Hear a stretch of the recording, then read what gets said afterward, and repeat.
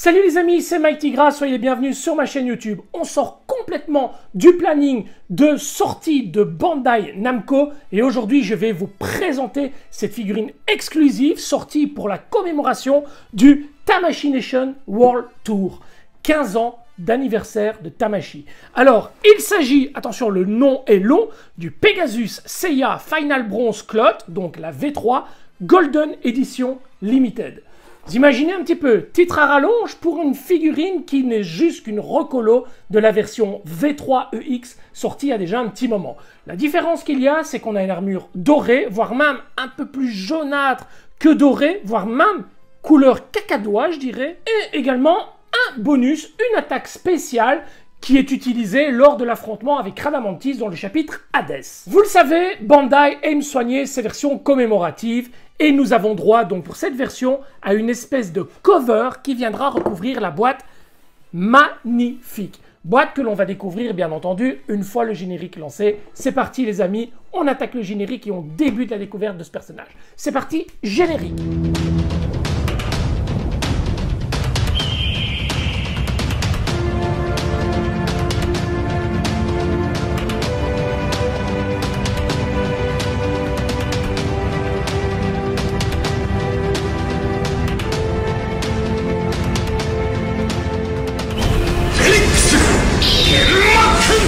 Bandai aime soigner ses boîtes commémoratives et cela a un justificatif, c'est simplement de faire valoir le prix de la figurine.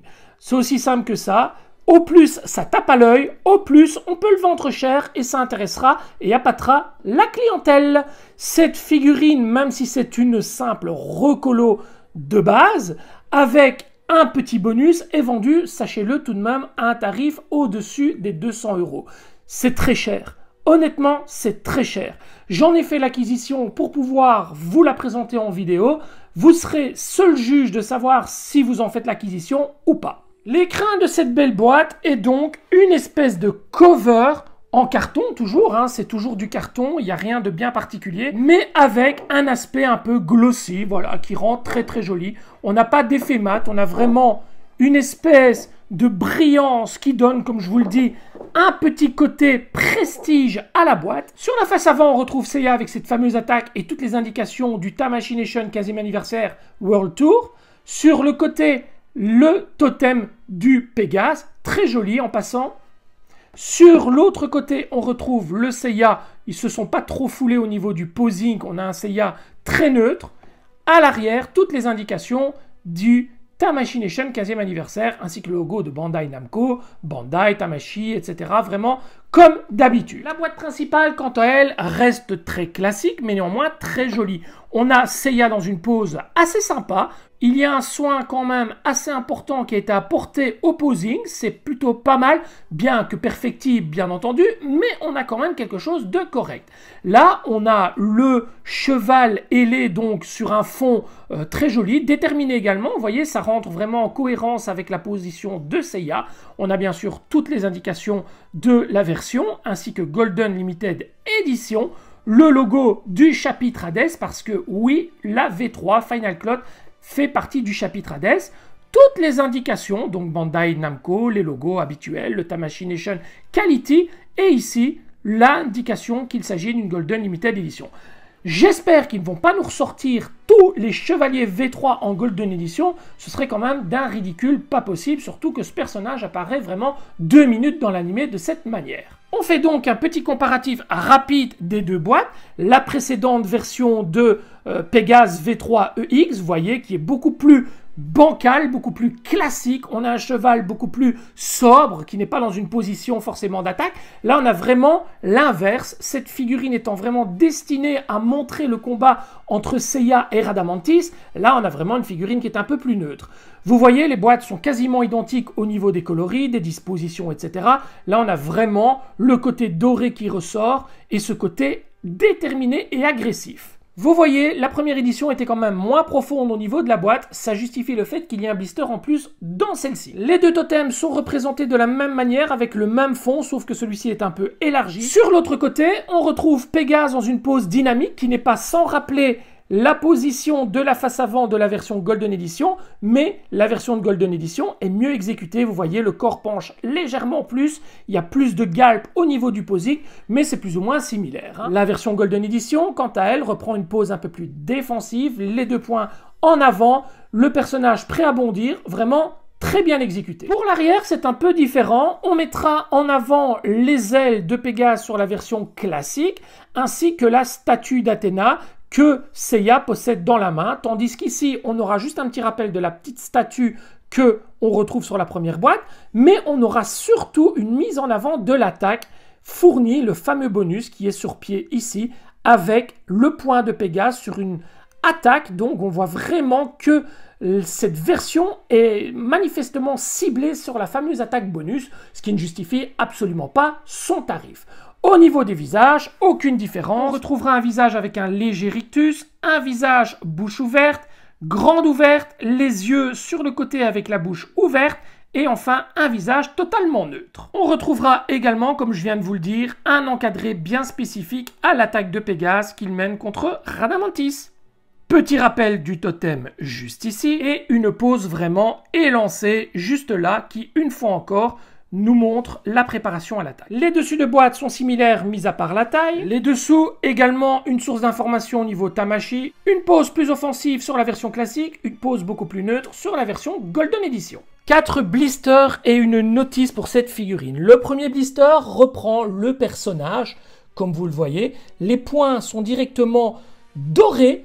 On a le diadème, l'armure d'Athéna, les épaulettes, les avant-bras, genouillères, jambières, les cuissardes et 2 protège-mains, seulement 2 protège-mains. Sur le deuxième blister, la chevelure trouée, les visages, au nombre de 4 ici, plus le 5e qu'on a directement sur le personnage. Les visages sont réellement identiques à la version classique, comme je vous le disais.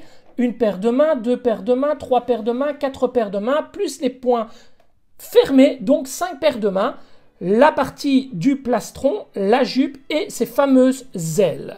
Le troisième blister reprend la partie principale du totem avec sa base, tandis que le 4e blister reprend uniquement l'attaque. Je vous ai parlé tout à l'heure d'une boîte plus profonde, cela justifie tout simplement par l'ajout de ce blister. Les 2 autres sont totalement identiques, celui-ci est le même, mais simplement disposé différemment. Regardez, on a la base sur le dessus et pas sur le dessous, ce qui permettra tout simplement, en la mettant de cette manière, de venir et placer le 4e blister sans aucun problème. La notice d'explication reprend sur le premier feuillet le référencement de chaque pièce. Sur le 2e et 3e feuillet, nous avons droit au montage du personnage ainsi que du totem. Rien de bien sorcier au niveau du montage, c'est un personnage que l'on connaît. Sur l'arrière, on retrouvera la suite et fin du montage du totem. Le personnage est vraiment super joli. Regardez le visage, il est juste exceptionnel. Pas de différence du tout avec la version V3 EX déjà sortie au préalable, mais vraiment un superbe perso. Les V3 Final Cloth sont réellement des personnages qui sont hyper soignés au niveau des faciès. Regardez, ce Pégase est de toute beauté avec ce visage neutre. Exceptionnel. On retrouve bien entendu les petits brassards sur les bras et alors comme je vous le disais, les poings directement dorés. On va tester tout de suite la rigidité du personnage.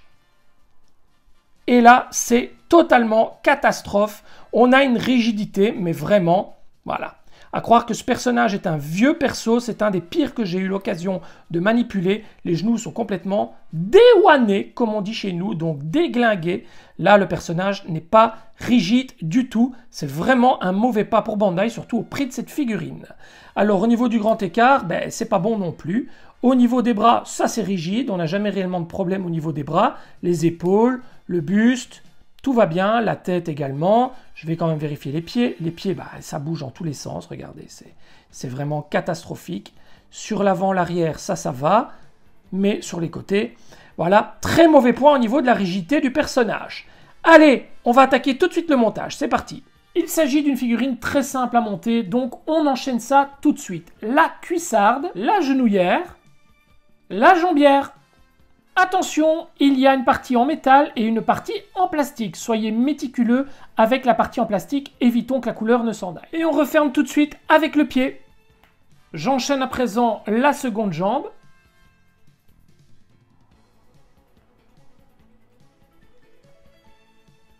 Et je procède immédiatement au montage des bras.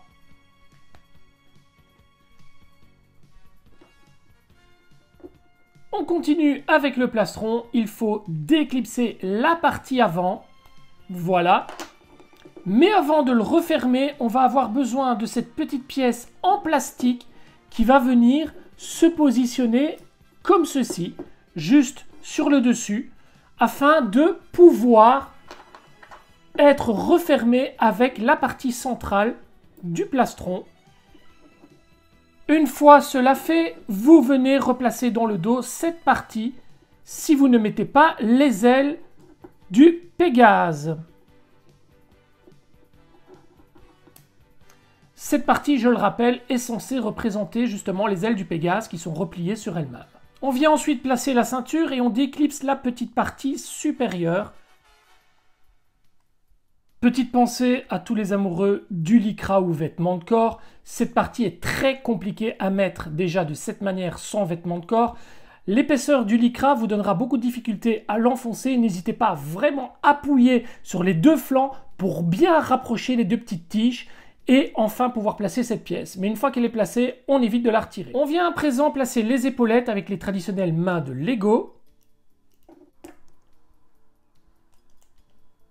On peut placer les protège-mains, mais faites attention, il n'y en a que deux et la peinture risque de partir, c'est du plastique. Et enfin, pour le placement du diadème, on récupérera la petite mèche de cheveux. On viendra directement la fixer sur le diadème pour que les cheveux passent bien sur l'avant. On viendra refixer cette partie sur la partie principale de la chevelure, voilà, et ensuite très facilement pour terminer vous viendrez simplement placer le tout en enfonçant très fort l'ensemble. Et voilà le résultat. Il n'y a plus qu'à placer la tête sur le personnage et le montage de celui-ci est terminé. Alors il n'y a plus qu'à nous amuser évidemment avec ce personnage, mais tout d'abord je vais vous montrer le bonus. Alors rien de bien spécial pour ce montage, très facile. Il y a comme un reflet au niveau de la peinture qui me dérange un petit peu. On est sur quelque chose de, je sais pas, il y a un vert très jaune qui me dérange un petit peu. C'est ça que je vous disais au début de la vidéo, un peu une couleur cacadois. Il y a, voilà, c'est pas totalement jaune, c'est pas totalement doré. Il y a vraiment une couleur qui me dérange dedans, une nuance qui me dérange vraiment. Allez, je vous montre le bonus et après on s'attaquera à la séquence de posing en série. Le bonus, ce n'est pas bien compliqué, c'est cette espèce de méduse, voilà, qui ressemble pas trop à quelque chose. C'est vraiment pas très joli, franchement, on a plus l'impression que c'est un légume cuit que réellement une attaque. Franchement, c'est pas top du tout. C'est franchement, voilà, ça laisse à désirer. Alors, vous avez droit à une tige et vous avez droit à un petit support. La tige, vous allez venir la placer dans le petit trou qu'il y a là. Voilà, j'imagine que c'est le petit. Voilà, ça rentre tout seul. C'est laid, regardez, ça ressemble à rien. On a vraiment l'impression que c'est, je sais pas, une espèce de fantôme, de monstre. C'est vraiment pas beau du tout, franchement. Et enfin, on va venir le fixer dans le petit socle que voici pour nous donner vraiment la possibilité d'effectuer donc l'attaque. C'est horrible. Honnêtement, ce truc est dégueulasse. Ok, donc c'est censé donner ça. Donc on a le point de Pégase qui vient se mettre là-dessus. Alors ça, il n'y a pas de clips, rien du tout. Il faut juste jouer avec et faire un truc dans ce style-là. Ok, ouais, ben non, c'est dégueulasse. Franchement, c'est horrible. Le prix de cette figurine est vraiment injustifié de par ce bonus. C'est vraiment pas joli du tout. Qui va exposer ça? Honnêtement, c'est vraiment du gros foutage de gueule. Alors, on va essayer de mettre ça en chanson quand même dans la séquence de posing en série, parce que là, franchement, comme ça, je vais le découvrir un petit peu plus tard quand je vais poser la figurine. Mais là, franchement, comme ça laisse vraiment de marbre. Allez les amis, voilà, le personnage est monté. Pour l'instant, c'est pas une vraie grosse surprise, pas un gros coup de cœur, loin de là. Ça reste totalement classique, banal, une simple recolo. Donc on va voir ce que la séquence de posing en série va donner et après on se retrouve pour le débriefing. C'est parti. Mais bon sang, veux-tu bien me lâcher? J'ai une séquence de posing en série à tourner. Ah!